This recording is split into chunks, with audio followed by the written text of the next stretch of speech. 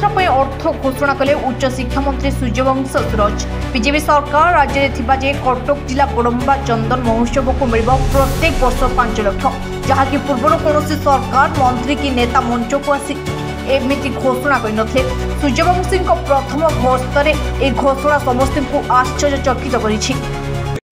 कारण ये सरकार लोकंक सरकार, ये सरकार नेतृत्व को अणओडिया लोक नौनांती, ये सरकार नेतृत्व साधारण ओडिया लोक ही नौछंती।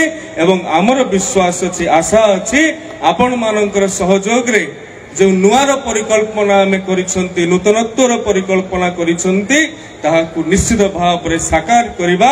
एवं ये चंदन महोत्सव मु कहि पारुना या पूर्वरु सांस्कृतिक जो आर्थिक सहायता व्यवस्था अच्छी ता पूर्वर मिली कि नाई मु कहि पारु नाही, किंतु आज ये मंचर मु कहि रखुची एई वर्ष ठारू आगामी वर्ष पर्यंत जेते दिन ओडिशा रे आमर सरकार थिबो, चंदन महोत्सव को प्रत्येक वर्ष आमे 5 लाख टंका प्रदान करने को आज मंचर मु घोषणा करुछि।